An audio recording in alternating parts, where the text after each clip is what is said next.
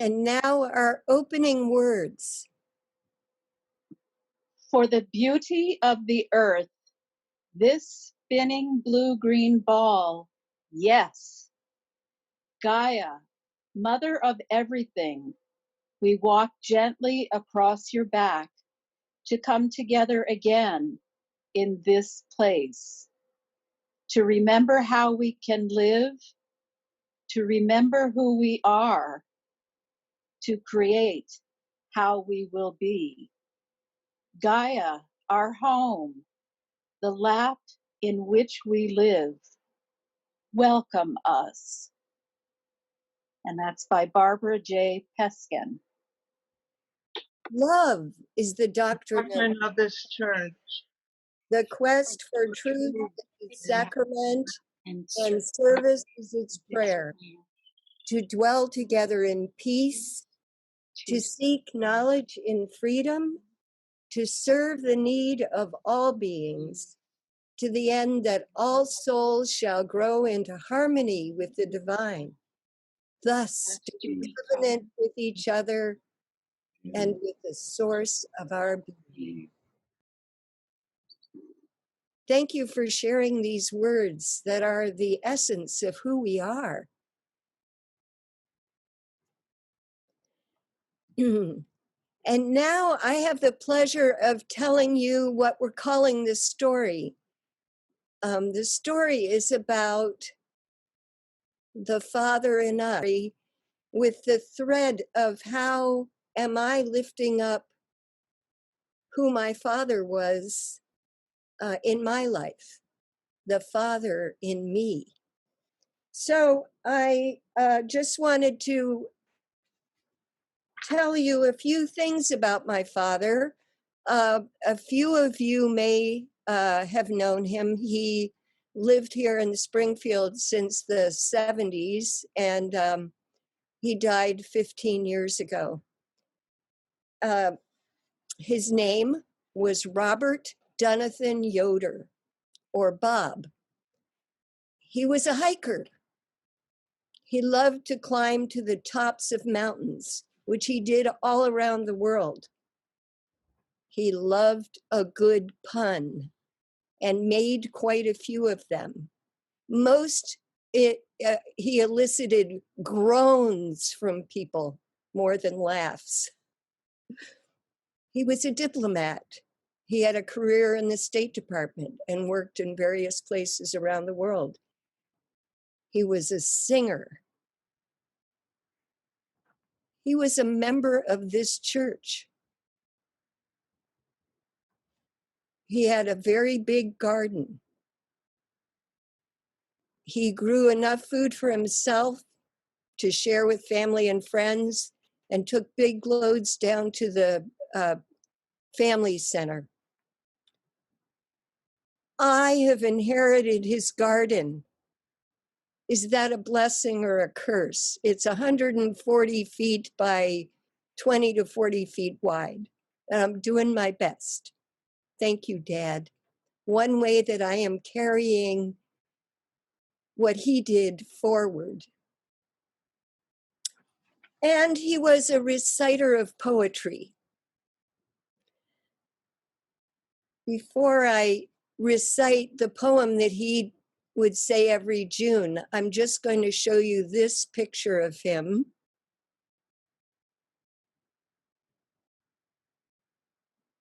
More in his diplomat attire. He also had a lot of LL Bean clothes for gardening. This is a poem written by James Russell Lowell, who lived in the 1800s and was an abolitionist in Cambridge, Massachusetts. It's from a much longer poem. The first part that I'm going to recite is really nice. The rest is kind of sappy, so forget it. What is so rare as a day in June? Then, if ever, come perfect days. Then heaven tries earth if she be in tune, and over her softly its warm ear lays. And whether we look or whether we listen, we hear life murmur and see it glisten. Every clod feels a stir of might, an instinct within it that groping blindly above it for light climbs to a soul in grass and flowers.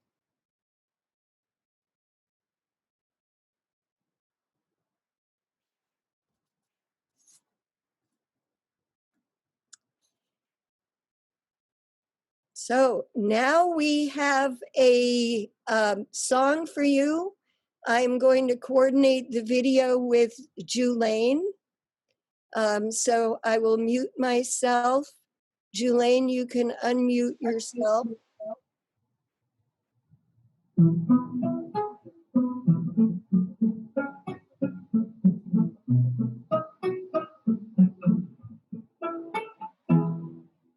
This pretty planet spinning through space, your garden, your harbor, your holy place. Golden sun going down, gentle the giant, spin us around. All through the twilight, stay till the morning light. This pretty planet spinning through space, your garden, your harbor, your holy place. Golden sun goes down, your garden, your harbor, your house of love. Oh, sun goes down, your garden, your harbor, morning night. This pretty your garden, your harbor,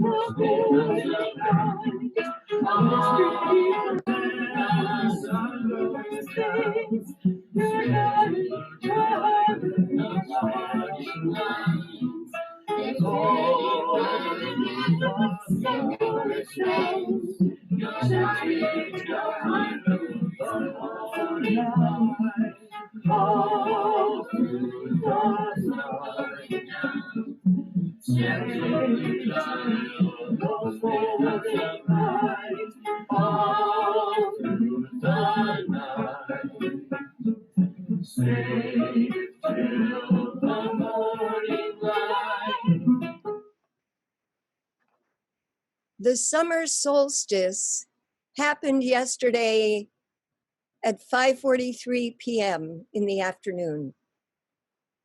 The precise moment. But it's a much broader time that includes a day or two before and after. When the amount of time that changes and how long each day is minuscule for a day or two, which makes it a time of a pause at the height of the length of days. So we can still include ourselves in that moment right now, this morning. A time for pausing, a time for rest. And what does the summer solstice have to teach us? It's all about light, not surprisingly, but it's also about patience and about nurturing. We have, at this time in the Northern Hemisphere, we have to wait for crops to ripen. We know that something good is coming, but it's not here yet. We must continue to take care of the things before they're ready to ripen. And then we can reap the rewards. It also, this time, encourages us to express our own divine light. It's a creative moment, a time for letting your light shine as brightly as you can. And the single best way to honor this time is to get outside in the sunshine. Enjoy it. Maybe take your shoes off and get your bare feet on the grass and soak in that sun. Maybe for a little bit. It's awfully hot out there today, but a little bit to celebrate. Find a way to express that light by helping others, by being a source of support, by sending someone a loving message, by passing on joy, or being a friend to someone in need. Practice patience. Take a deep breath. Pause. And then turn for that moment of going forward.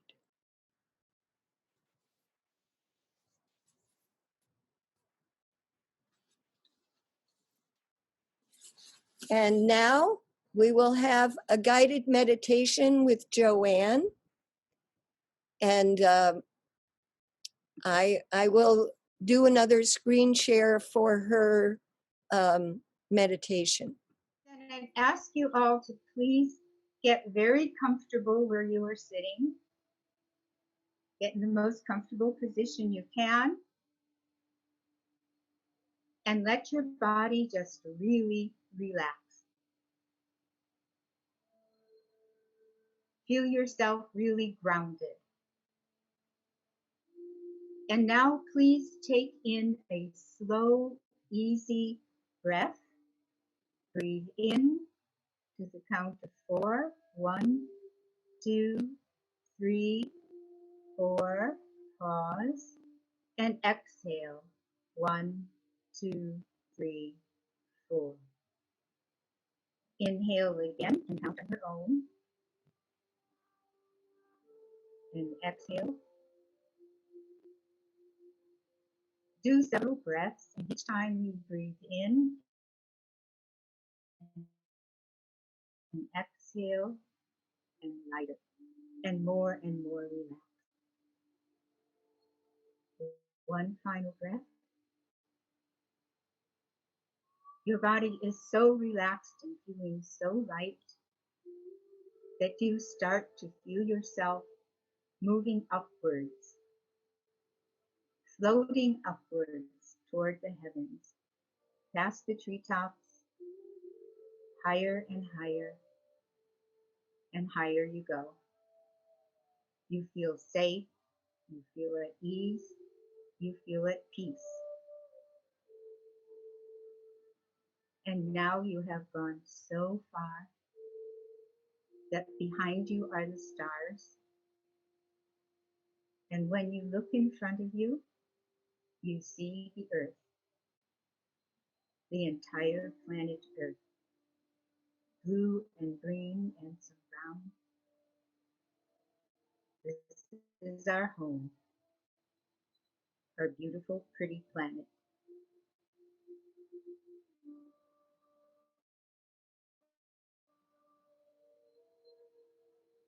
Now we will zoom a little bit closer, descend a bit closer, and you can make out the beautiful oceans, the dark blues, the lighter blues, the turquoise,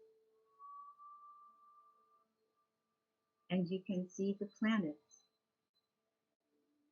There's Africa and the brown deserts. You can see Europe and Asia, China. You see the Asian continent and Australia. And now you can see South America and North America. Zoom in closer. Come closer and closer. Find your own street.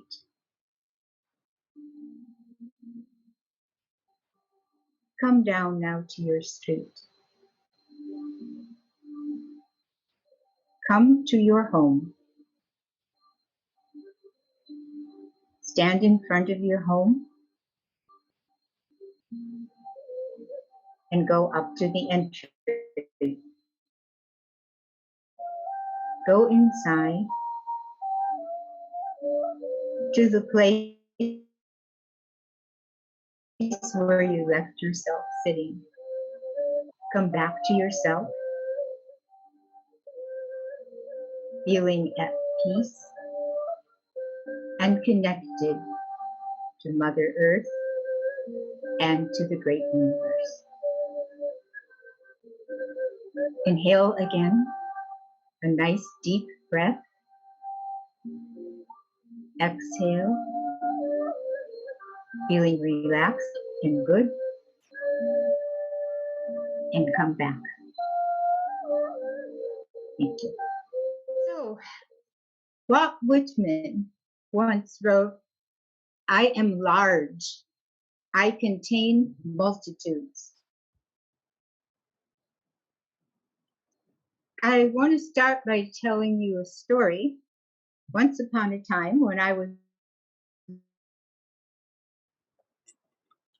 bit younger, I was the mother of 3 young daughters, elementary school age, and their father was about to leave us for a few weeks on a trip. And the youngest daughter said, "But Papi can't leave. Who will open the marmalade jars?" And I thought, oh no, I have a lot of work to do here. So I assured her that we would figure that out. It wasn't a problem. But it really made me stop to think of the roles that we were playing. He was definitely in the full male role, never shared any of the household duties or taking care of the children or anything like that. So they knew him in pretty much the traditional male role. And today, my girls are much different. They've learned a lot. So as we know, there is both a male component and a female component in each of us.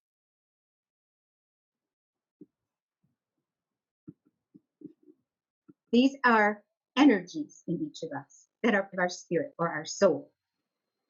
So every female has within her the animus, which is the male component, and every male has anima within him. This makes really good sense to me when you think about reincarnation. Whether you believe in reincarnation or not, just indulge me here for a moment. But if we have lived past lives, and many, many past lives, we have often lived as either a male or a female.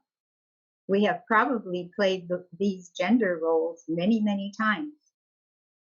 So we've had the opportunity to develop those characteristics, those energies, and we carry them with us as part of our soul. By divine design, we have been so created that the female has the proper physical characteristics for bringing life forth, the muscle power and the fearlessness to do what the male did. If we think back of prehistoric times, the female did bear the children and took care of them and prepared the food, but it was the male who was the provider.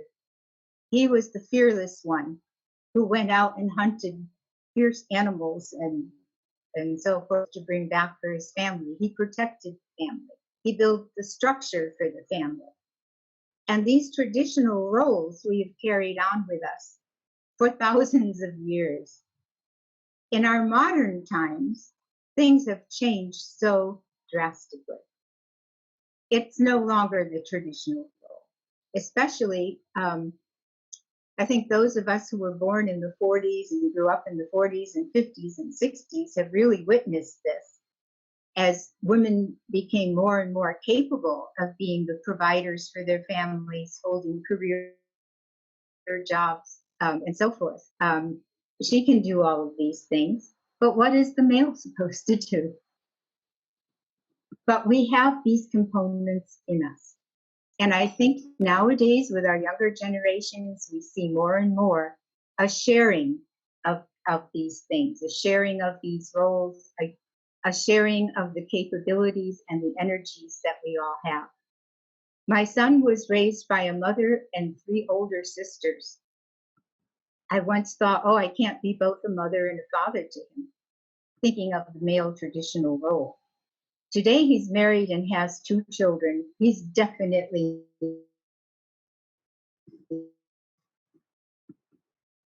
into the male role with so many things, but he is the most father. He has babied his children. He's participated in the household. He's caring and compassionate, and I'm so proud of that. But he is so typical of many other men in his generation, and I'm so glad to see that.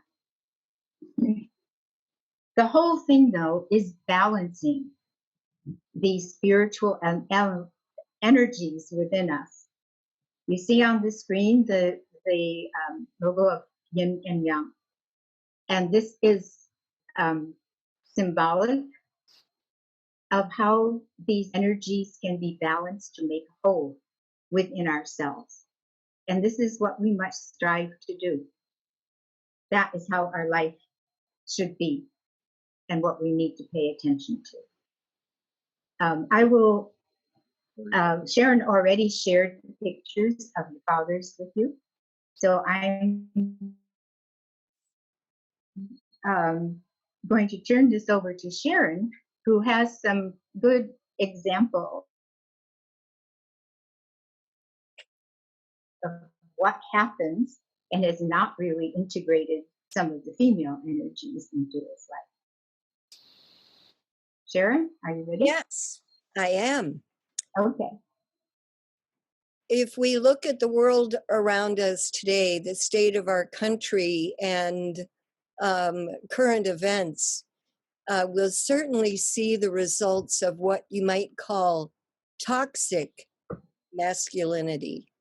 That's when, as Joanne was talking about, people have not blended the male and the female.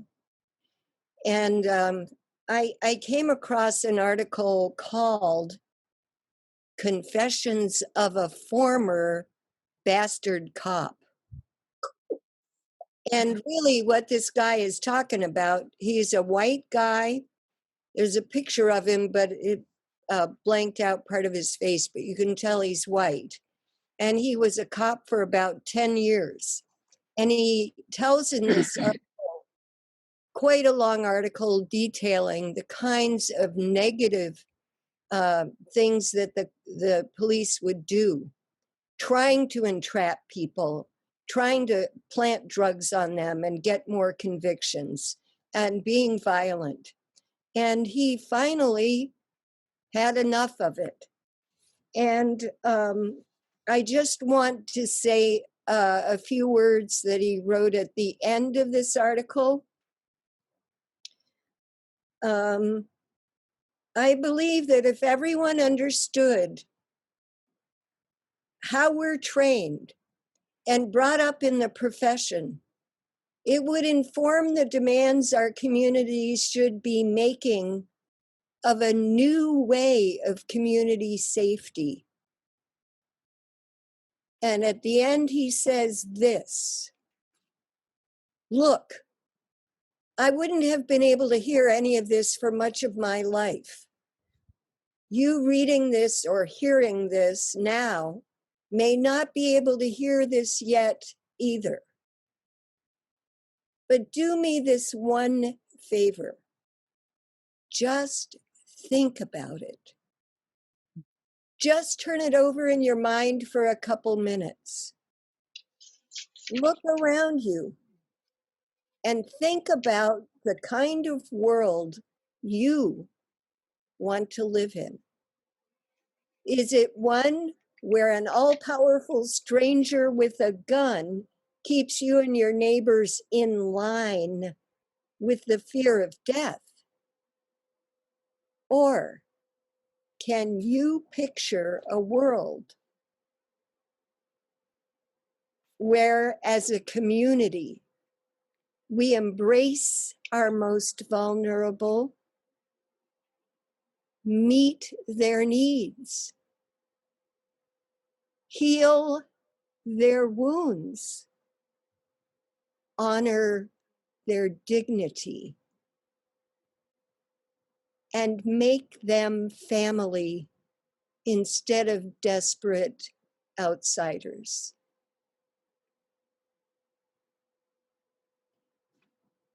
Words calling us to transform from a previously bastard cop. May it be so.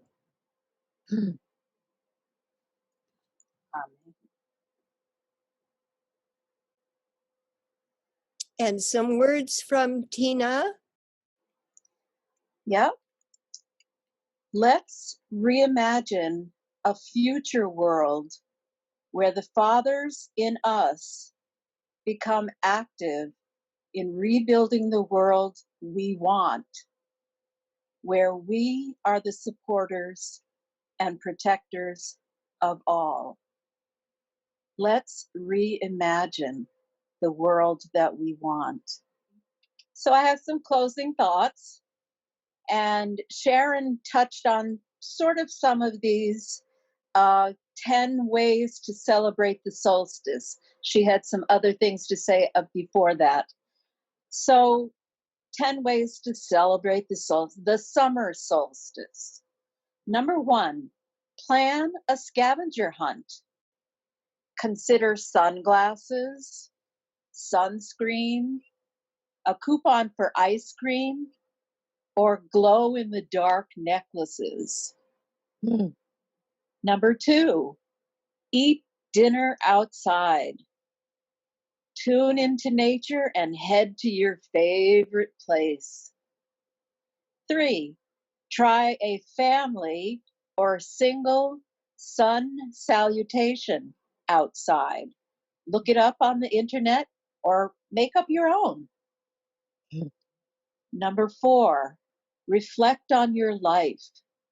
Write a wish and burn it.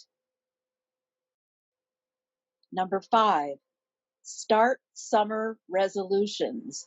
Pull out poster board and markers and let your creativity flow. Put it out there. Number 6, stay up late and go out and stargaze.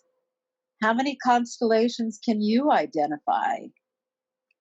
7, dip your toes in water. Where will you go to do this? Write about the experiences, and tell people about them. Number 8, get your hands dirty. It is not too late to plant some produce or flowers. Consider planting for a fall harvest, or add an annual in your garden to mark the occasion of the solstice. 9, bury any negatives. Write down any behaviors or experiences you want to put behind you and bury them. Use the solstice as a restart button. And number 10, invite friends to join the celebration. Build new traditions. If you have kids, kids love to have traditions. Remember when we do this, or remember on this summer solstice, we started our pancake breakfasts in the morning? So start new traditions and enjoy them. And lastly, Honor your father, have fun, and stay safe. Back to you, Joanne.